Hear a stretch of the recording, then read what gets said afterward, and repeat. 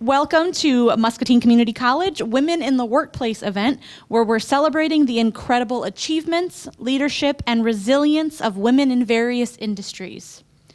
This event is part of MCC's celebration of Women's History Month, and we are honored to have a panel of outstanding women who are making a significant impact in their respective fields here in the Muscatine community.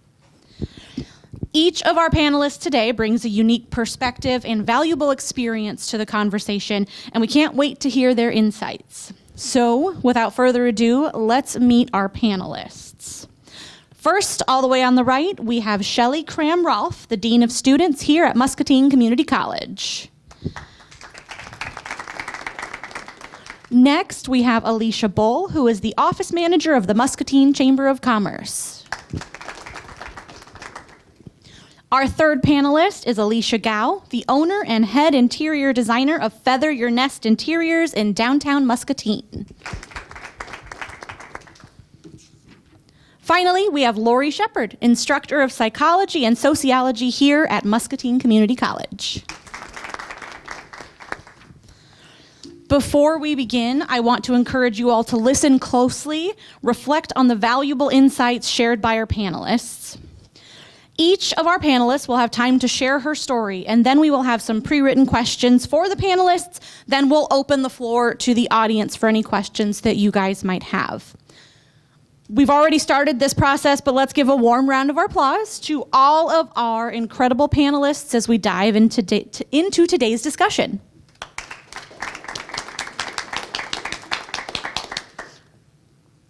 So let's go ahead and I'll give you a few minutes each to introduce yourselves. Let's start down all at the right there with Shelley. Thanks for coming today and listening to our panelists and our guests.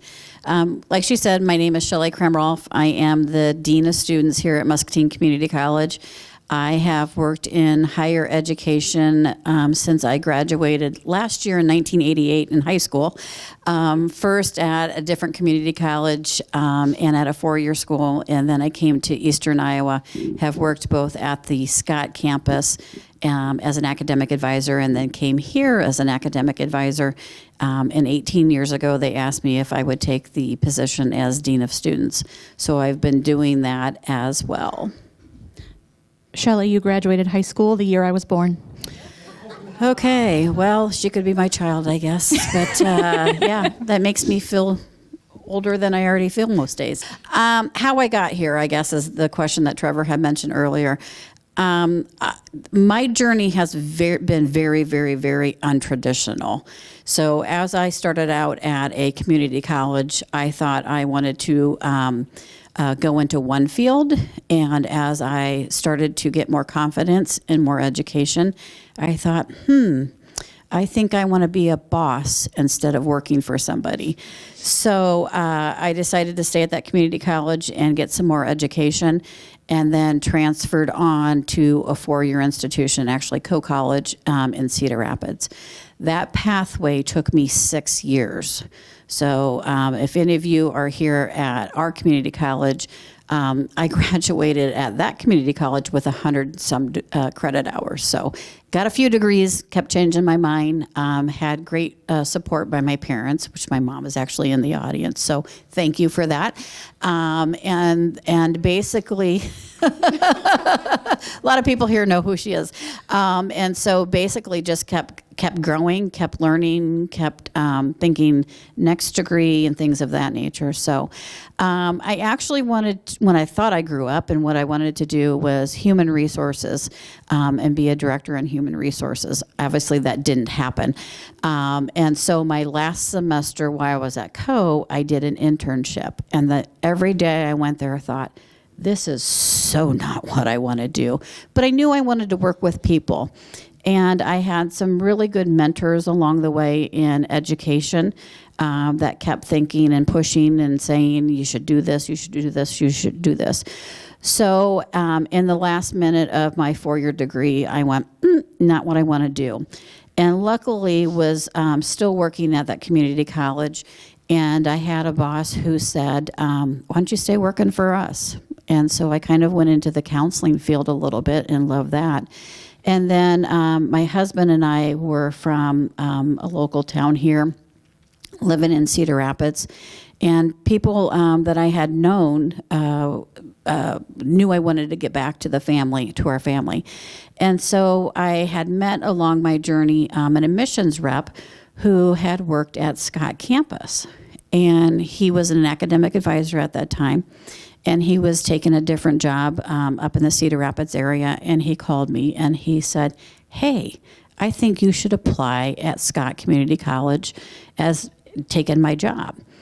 So this was in the 90s, and you would have a bazillion applicants for a position, and there was actually 101 applicants for the job that I applied for. And he, of course, helped coach me a little bit. I did study, and had some good questions.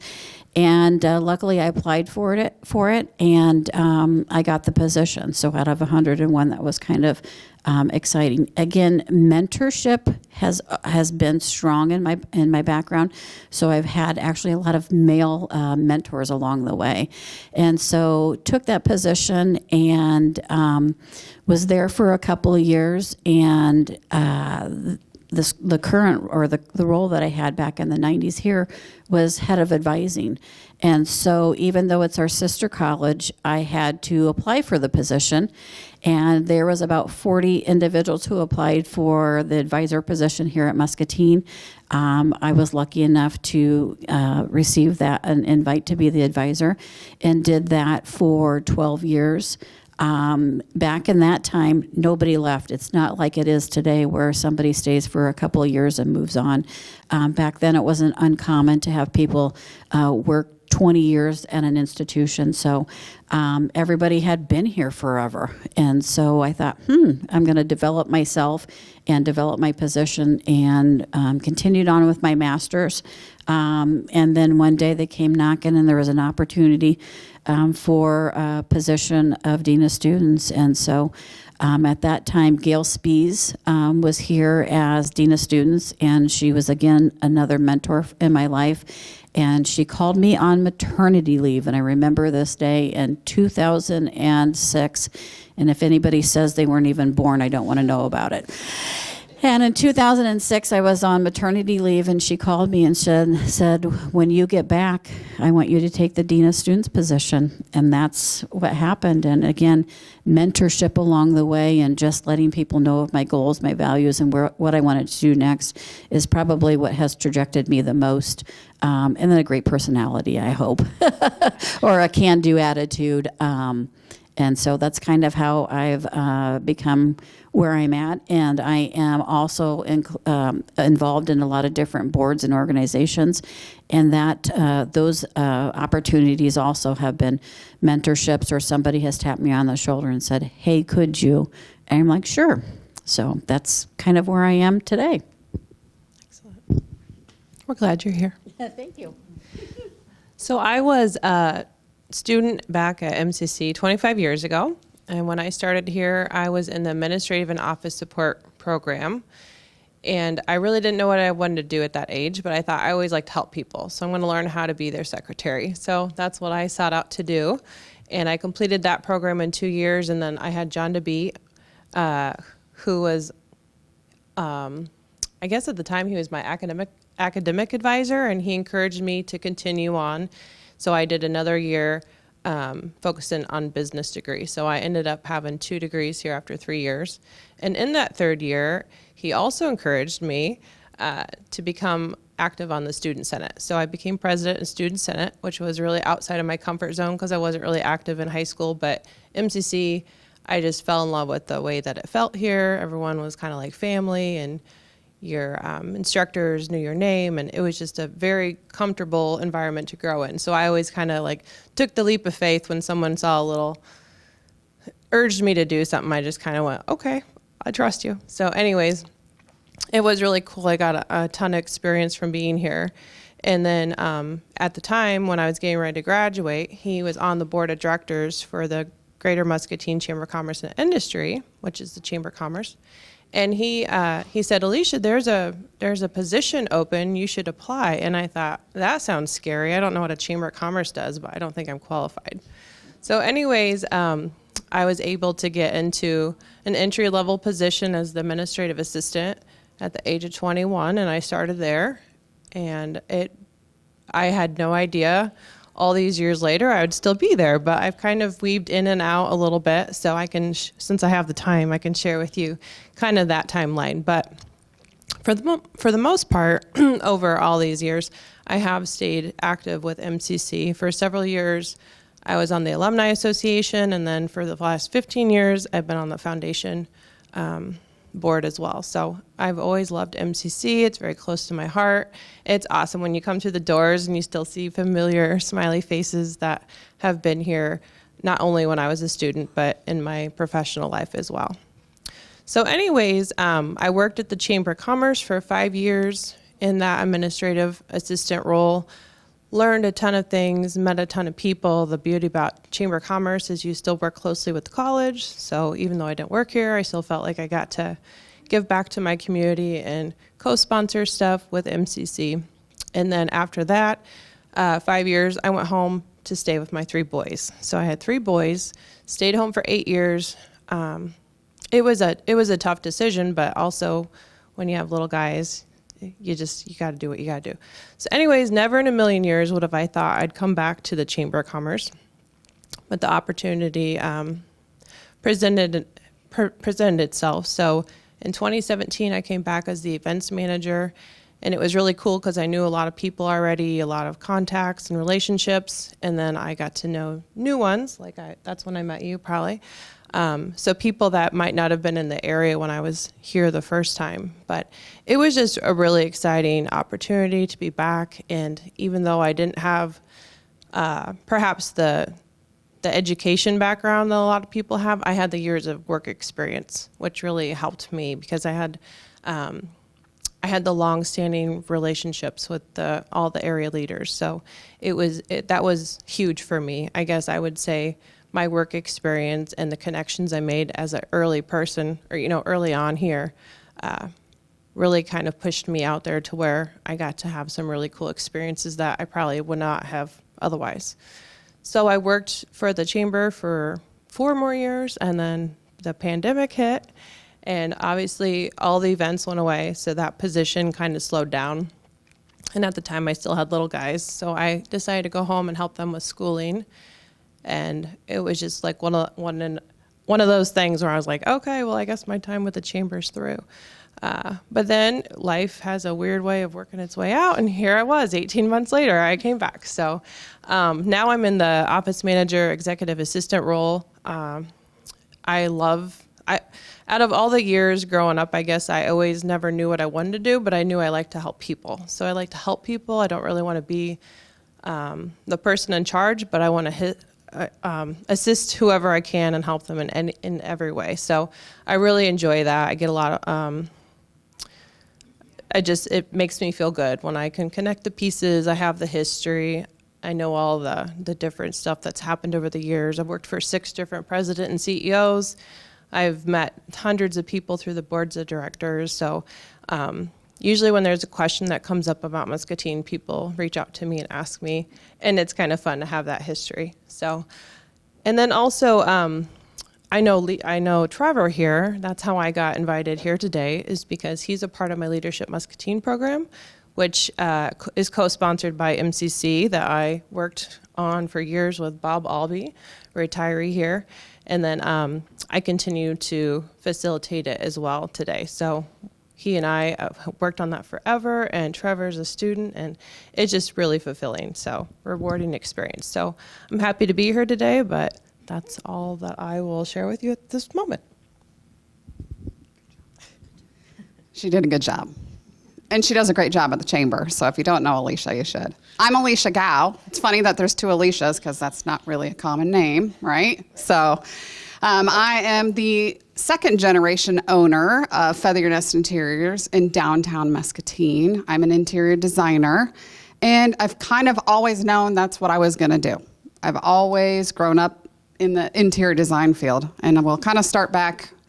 My mom, who is the original owner, my mom and my dad, of Feather Your Nest Interiors, reupholstered furniture when I was a kid, all the way through high school and all the way through. And I'm from Muscatine, and so she always did it in her house. So I kind of knew all about furniture. I kind of was helping people pick fabrics, kind of doing all that sort of stuff to begin with.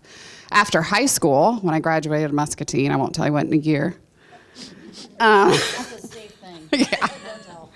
I was that typical 18-year-old who said, I'm out, I'm gone. Muscatine doesn't have anything to offer me. I don't want to be here. I want to, spread my wings and try other places.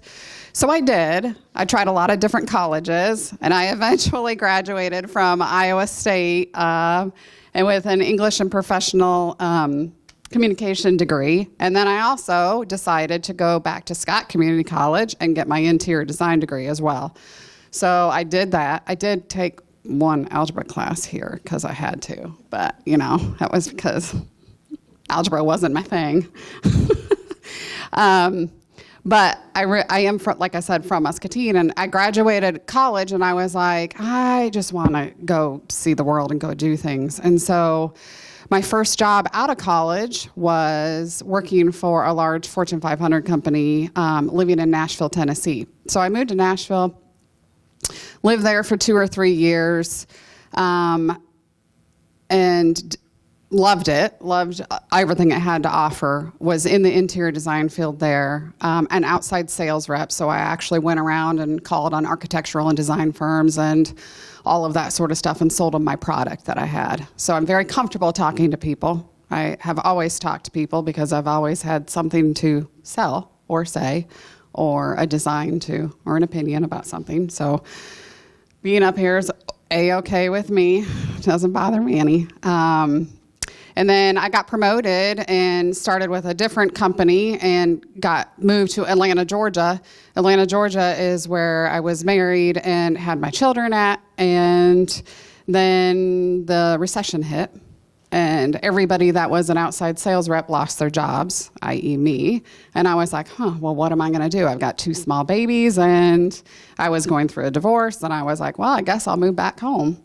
At the time, which is Muscatine is home, at the time, I didn't realize that it was a blessing, what happened. I didn't realize that it was a good thing, what happened. I moved home, and I was able to start Feather Your Nest Interiors with my parents. And so I worked the first 7 years of that business with my parents, and then they retired. And my kids have been raised here since they were little, and now they're all your guys' ages. But I really enjoy it. Downtown Muscatine is pretty vibrant. If you haven't been down there, there's a lot of cute stores. There's a lot to offer. I'm a big proponent of volunteering your time, giving back to the community, also supporting local, shopping local, giving local. So that is a big thing for me. I am taking over as Chamber of the Board tomorrow, actually. As the chair of the board, sorry.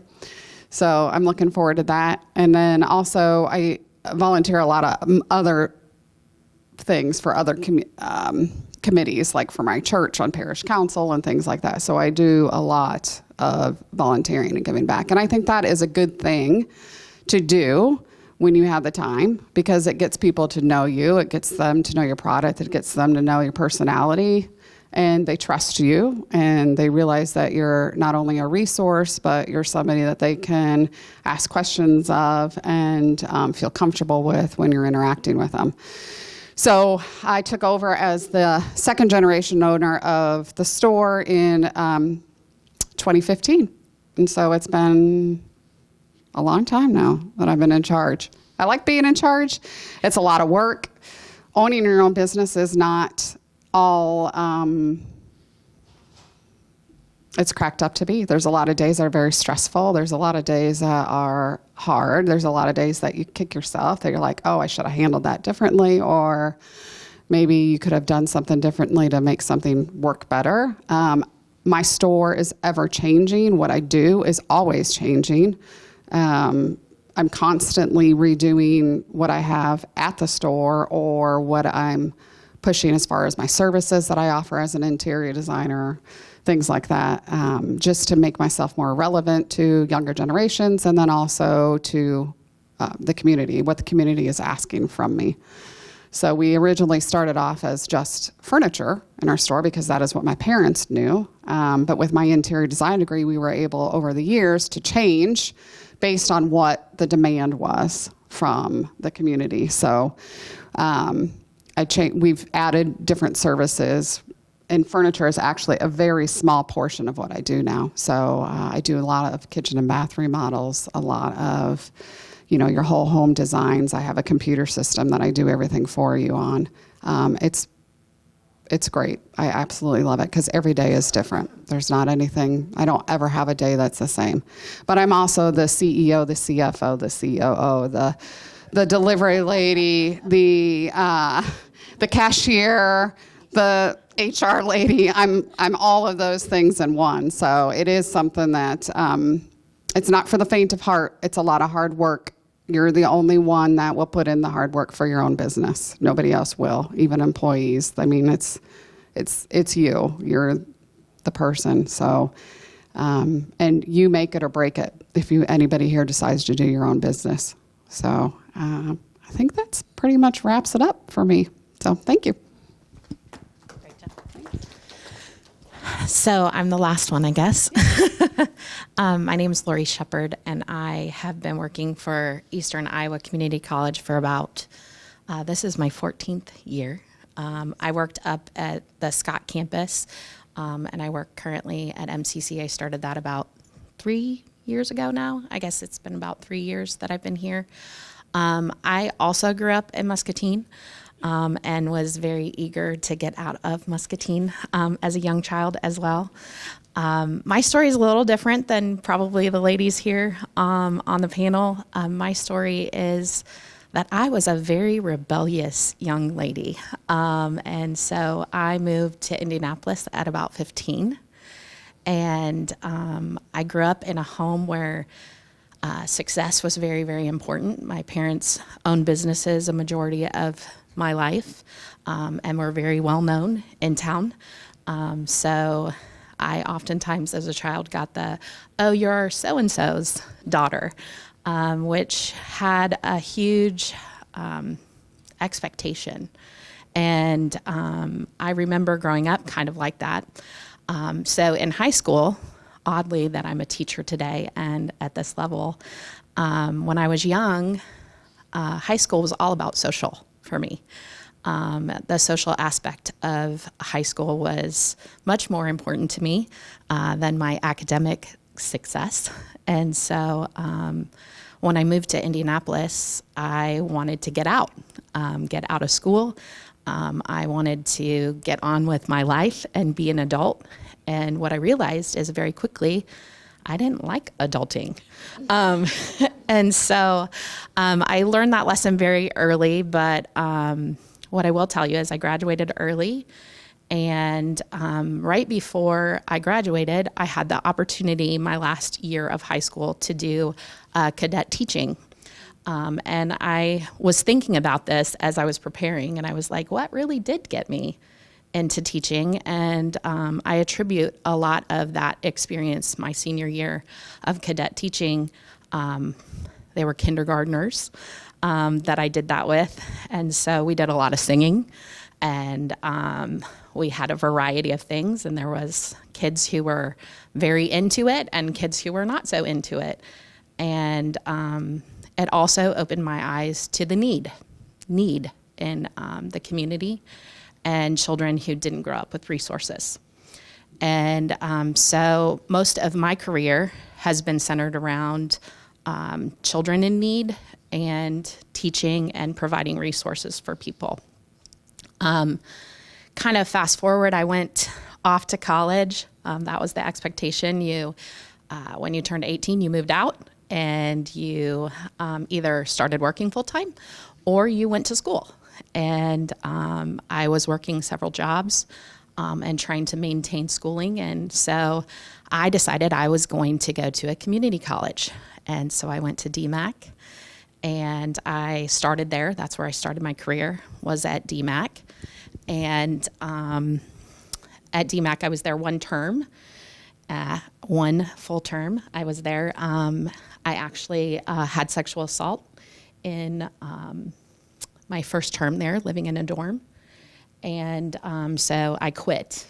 And I moved back to Indianapolis thinking I was pretty much a failure. And I couldn't even cut it in a community college. And so what I decided to do was go to a technical college. And I got a business degree. At that college, I had some really fantastic teachers. Teachers who inspired me, who made me believe in myself, gave me compliments that I hadn't gotten before. And I kind of got to make a name for myself, not based on my family. And became a student ambassador. I started to get really involved and ended up graduating with honors in both my associate's degree and in my bachelor's degree. In fact, I graduated. When I graduated, I thought to myself, wow, I'm really capable of that. And I think it was because I found something that I was really passionate about. So I double majored because my family owned businesses. I double majored in accounting and business, which is very different than what I do today. And what I will tell you is a lot of people told me in the beginning to find a job and a career that gave you a good income. And so that's kind of what I chased, was an income, and wanted to build some prestige, and thought that, because my family had owned businesses, that would be what I would do. I realized very quickly that that was not where my heart was. And I went back to the teaching thing. And so I worked in childcare, and I worked as a kindergarten teacher for a while.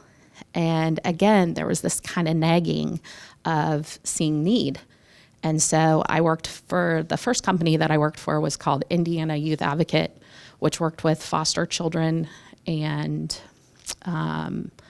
with foster parents and things like that. And most of the cases that I had, there was either substance abuse, severe neglect, or domestic violence. And so that's where that passion for me came, of just working with people who were in those situations. And someone who mentored me said, you have to learn to live in your story. And in your story is where you'll impact other people. And that was probably some of the best advice I ever got, because most of everything I've done moving forward has been living in my story. I've helped people in domestic violence. I have helped people create a home environment for their children, all based on things that I needed as a child. Also, because of those inspiration of other teachers, I wanted to be that teacher for somebody someday. And I truly believe that I bring that to the classroom. In everything that I do, I think about my students and what's going on in their life and how I can be a resource to them. So about 30 years of social work now, 14 years of teaching on and off, doing things. And then this year, as I approach 50, I started to think about legacy work. And so this whole last year has really been about what can I bring back to the community. And since mental health is my background, psychology and social work has been a big part of my life right now. We opened a room here on campus for students. In the last year and a half, we have opened a teen center here in town to help students that I'm part of and active in, Rachel as well. I will tell you, though, one of the biggest influences in my life was my mom is actually here as well. My mom was somebody who fought a lot of stigmas. Being a working mother, you don't realize this, but during her time, to be a mother who worked full time was not looked upon as nicely as it is today. You can kind of be a all-around woman today. But when I was growing up, there was a stigma. I remember when I first moved back to Muscatine, I was the only mom that didn't go to PTA. I was the only mom who didn't, I was working full-time. And so even though I was a very active mom, I remember that. But I will tell you that even if my mom didn't do PTA, she was making cookies for the class. She was making sure that we were dressed to the nines every day. And she was always doing things and working full-time. And so she taught me that you can find a balance between work and being a mother, and that you don't have to give up that as a woman. You can be both. You can be a boss during the day, and you can be a rock star mom at night. And so I really am grateful that she led that way for me, and that she gave me the opportunity to realize that I had a lot of potential as a woman. So that's my story.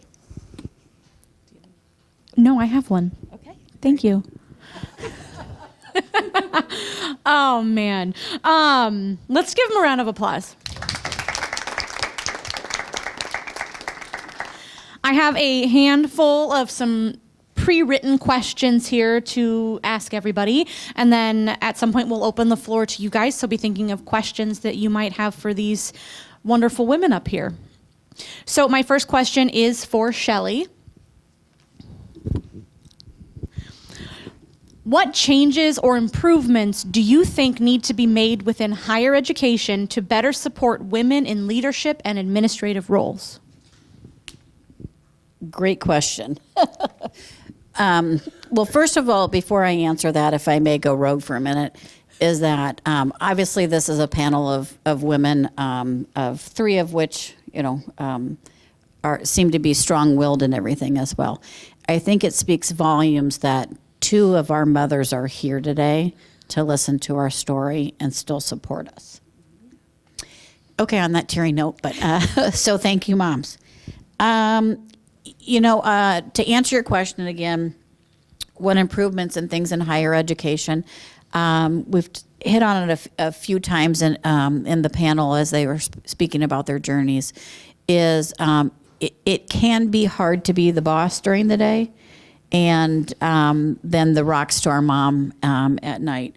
But I think mentorship is one of the things, is that probably in all aspects of women working in the workforce, not just education, but having role models for us to be able to watch, observe, and it's not necessarily just other women, but men as well. I know that I mentioned that some of my mentorship came from men who wanted me to succeed and do well.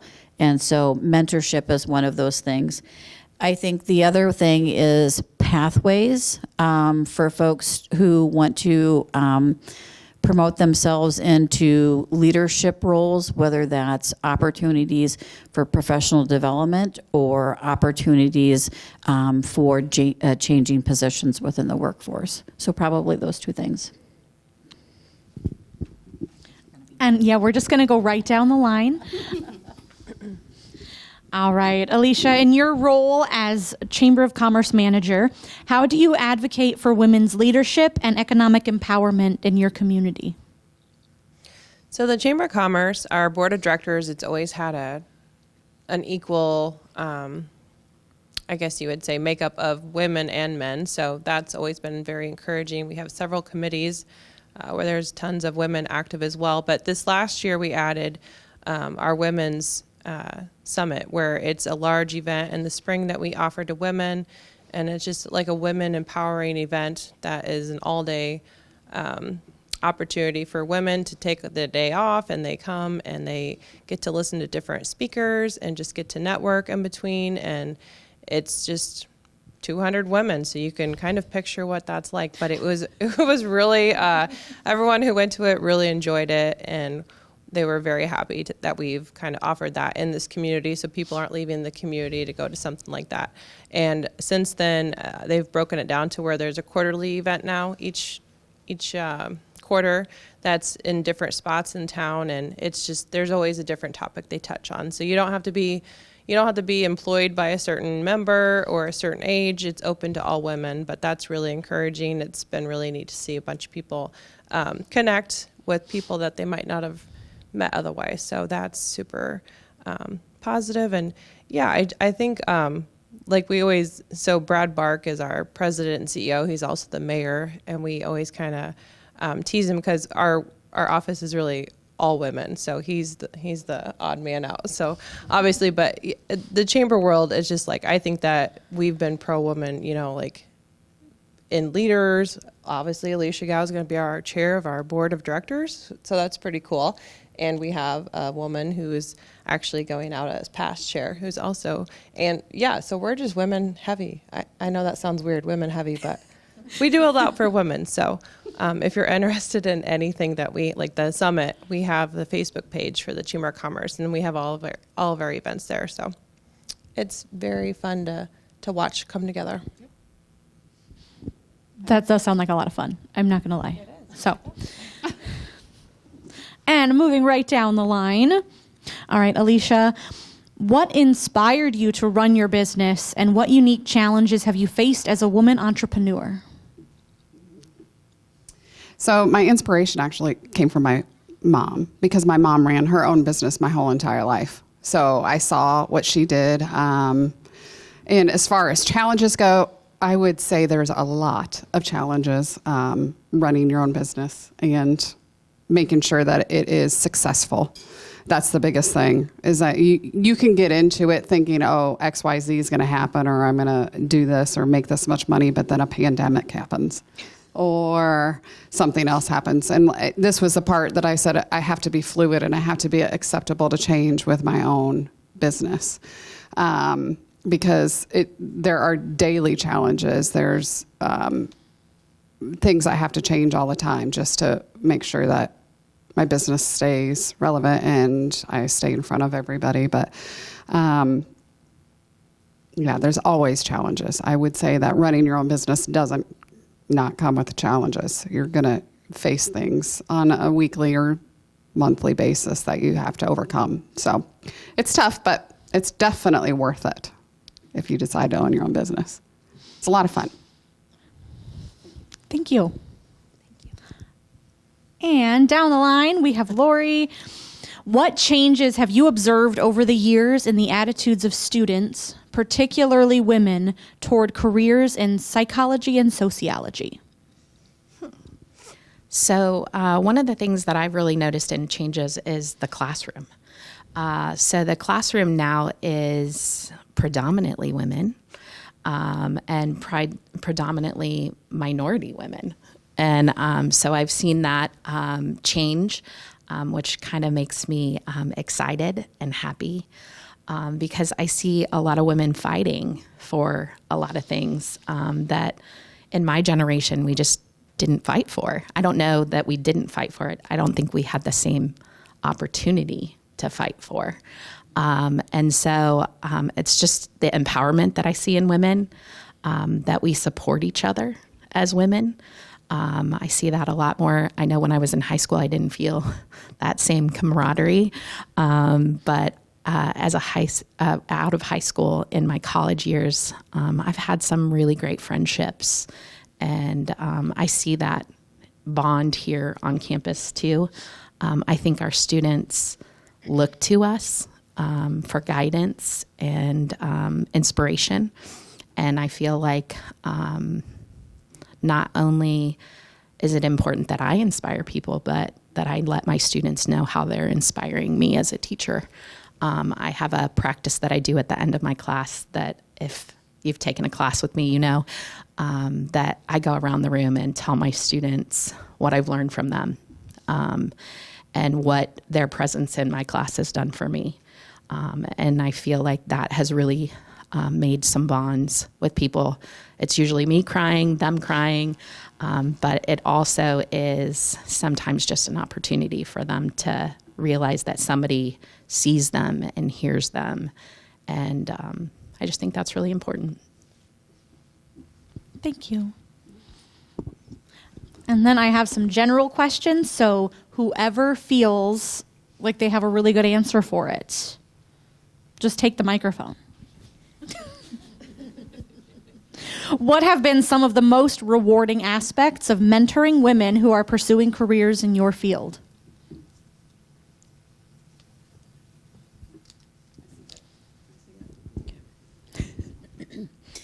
So at Eastern Iowa, we have a program called LEAD, and essentially there's different training for men and females to go and look at other occupations within Eastern Iowa, and we call them mentors or leads and leadies sort of terminology. And so I think we're probably on year 9 or 10 of which I've been a mentor for somebody.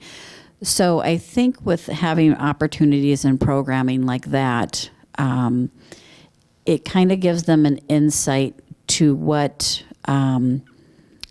real life is. I think when you look at an occupation, you see the glass half full, and sometimes the glass is half empty. And so just having those real conversations, but not only telling them how the glass might be half empty, but telling them how to overcome some of those things. So, again, mentoring anybody, but I've had opportunities to take some people that are really strong-minded in some areas of where they probably needed to have their eyes widened a little bit, and I've come away with those relationships. Still today, some of them will reach out and will ask me, well, how did you navigate this? And so that's great to see years later that they value my opinion, obviously, but it's a great opportunity. And I would suggest a lot of companies, if any managers are watching this, is to have that same sort of philosophy or opportunities for mentorship.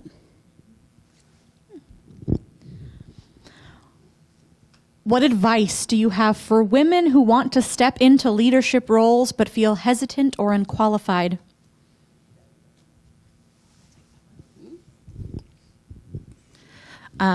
So for me, I always say that sometimes you feel like you're not equipped, but you have all that you need. I have found that there's a lot of times where I am my own worst enemy. In a situation where I think that I'm not qualified enough or I'm not whatever. But anyone who works with me here knows that I'm like the type of person who will take on one more thing.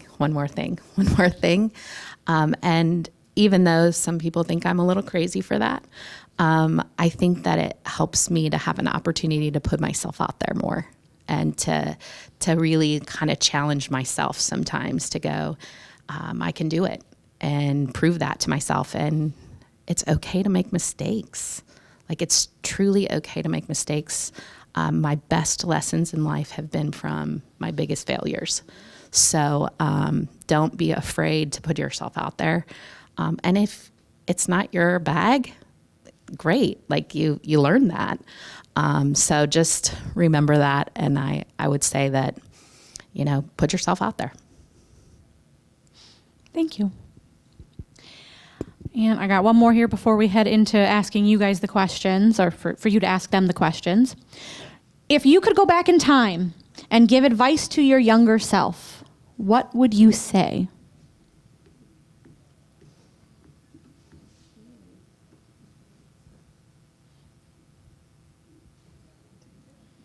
No, not really.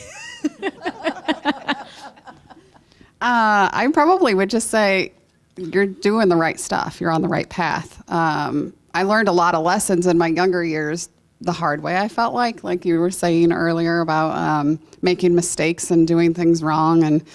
But I learned from all of those, and I don't regret any of the decisions I made. I don't regret any of the, the things that happened in my life. It's just things I learned from. They made me a stronger woman. They made me a better mom. They made me a better wife, all those sort of things. So I would just say, don't regret your decisions. Learn from them. And that would be the advice that I would give to somebody else. That's good. I love that. That's fantastic. All right, we're going to open it up to the floor here.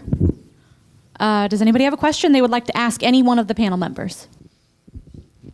Okay, hello. My name is Marie. I'm a faculty member here at MCC. So all of you talked about having children, and I just wanted to know from your experience if you could share how being a mother, how that like translated into the workforce, or how what you learned from being a mother like maybe gave you an advantage, or how that helped you in the workforce, or owning a business. The good thing about having my own business is I was able to make sure that I take the time for my children and their activities. So I go to everything. So I can schedule my days around their activities. Not every day, but I miss a few things, but I try not to. The downfall for them was similar to what you were saying, is that everybody knows their mom. So they, for the most part, my younger son, every time we would go to the grocery store together, he would count how many people stop and talk to me and, do that. And so, there is a downside to having a parent that is known to a lot of people and to a lot of the parents of the kids too. So, but I would say all in all, it's been beneficial not only for my children, to have a parent because they see what it's like to have a parent that is known by people, and how I interact with people, because they do the same. And, I have one that's a little more quiet and one that's more outgoing. So, I get a little bit of everything from my kids. But I would say that it was great to have my own business so that I could be there a little bit more for them as they were growing up. So, and that is the advantage to owning your own business. So. Who's next? I'll say something. Okay.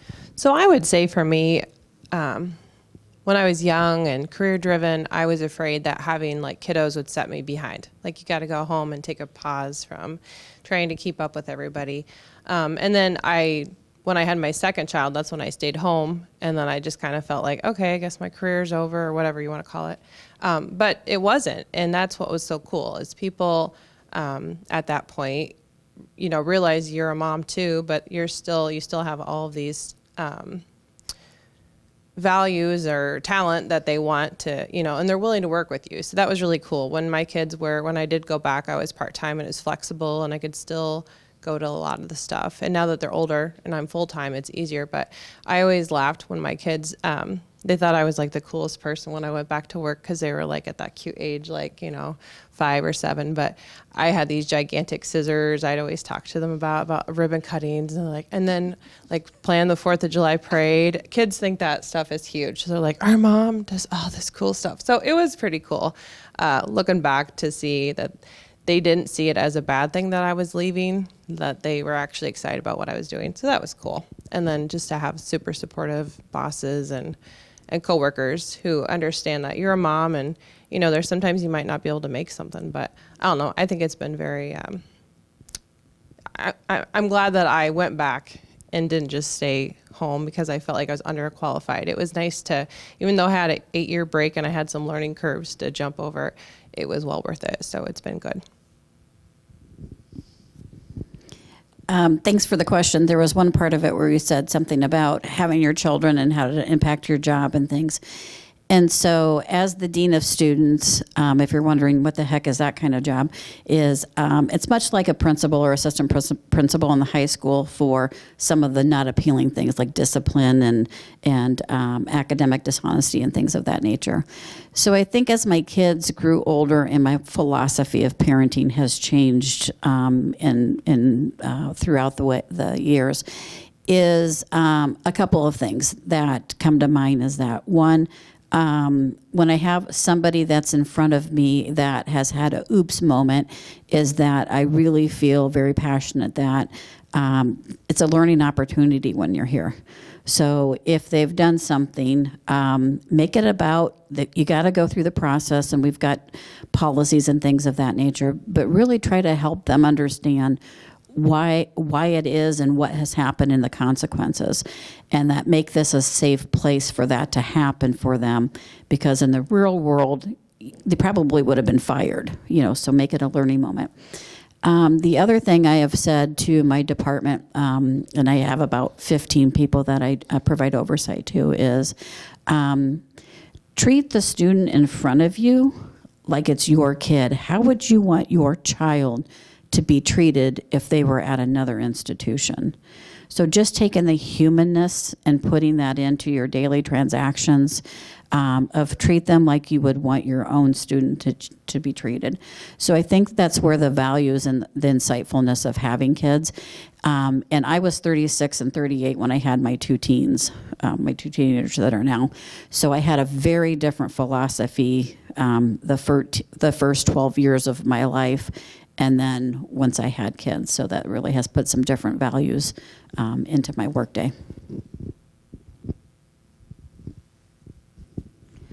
So for me, the balance with my kids and that kind of thing is, I oftentimes share this in class. I was 33 years old when my husband died in a car accident, which left me with 3 very young children. And I tell this story in class, and I will just say this today. I remember the night that the police officer showed up to tell me that my husband was gone. And I had been waiting for him. And what a lot of people didn't know at the time was I was finishing, I had just started my master's degree. So I was in the first term of a hybrid program. So this meant every 4 weeks was a midterm, every 8 weeks was a 25-page paper and a huge exam. And so I was raising 3 children alone here in Muscatine. And my daughters were sitting next to me, and my daughters, watching me totally lose it, said to me, "Mom, we're going to school in the morning." And I was like, you could stay home. And my oldest daughter said, "I need to get back to normal." And in that moment, I made a decision that I had to show my 2 daughters. Not that my son didn't need it too, but he was only 18 months. And so I looked at both of my daughters and said, I remember thinking to myself, I'm going to graduate from college and I'm going to get my master's degree because I want them to see their mother be strong. And my oldest has her bachelor's degree and is married and living in Colorado. And my middle daughter's not the traditional student, but is doing her own thing. And I have some really fierce, strong women that I'm raised. And so I feel very proud of that. And then my 16-year-old son, I can't say enough different, but my 16-year-old son is every bit of courage that I wish I had. And I think that it's because he's been raised with 3 very strong, independent women. So. Thank you. Anybody else have a question? Yes. Some of you said that you couldn't wait to get away from home and go to college and live. What was your deciding factor of coming back home? So I'll start. Mine was necessity, being close to family and that kind of thing. So mine was like just moving back home, being close to my family. A person said to me a very long time ago, somebody that mentors me, said, you do have the opportunity in your adulthood to leave this town better than it left you. And I will never forget that. And for me, that has been the last 14 years, is leaving this town better than it left me and making a name for myself here. If I didn't like it, what was I going to do to change it? And I feel like that's what I've done the last 15, 16 years now. Mine too was basically out of necessity. I mean, the recession hit, and so I needed to come work. I needed to find a job. Plus, I had small children to raise, and I was divorced. So I was like, I need to go home and do this with my parents and make it happen in Muscatine. And I did. And like I said, I don't regret it one bit. It has been super great. And I think you must have read my speech that I'm going to give tomorrow, because in my speech I was talking about it's going to be about legacy and what you leave behind and making your town better than how you found it. And so, yes, that's the reason why I came back. But it's been great. I was able to work with my parents for all of these years, and then my dad passed away unexpectedly last year, and so it was great that all these years I got to spend reconnecting with my parents and staying here and being part of their lives and letting them be with my kids and help raise them. So that was really important. Yeah. I never left. Good or bad, never left, right? So I think there's two things. One, I keep saying I was at another community college because it's our competitor. I don't want to say what school it was. But so I stayed there. My husband, who I dated through high school, moved to Cedar Rapids with me. We had a fun life. There was a lot of activities and things, but there was two things. One, I worked at that community college, and I didn't know the students. I didn't know they were numbers. They weren't people. And so it was my goal to get back to Muscatine and work at Muscatine Community College. So I actually have my dream job of working here. And even though I had to go to Scott, which was a lot smaller, my ultimate goal was to get back here. So that, and then an unfair question, because she's probably going to make me cry. So that was my mom who asked that, and it really was family, coming back and making sure that my family was taken care of.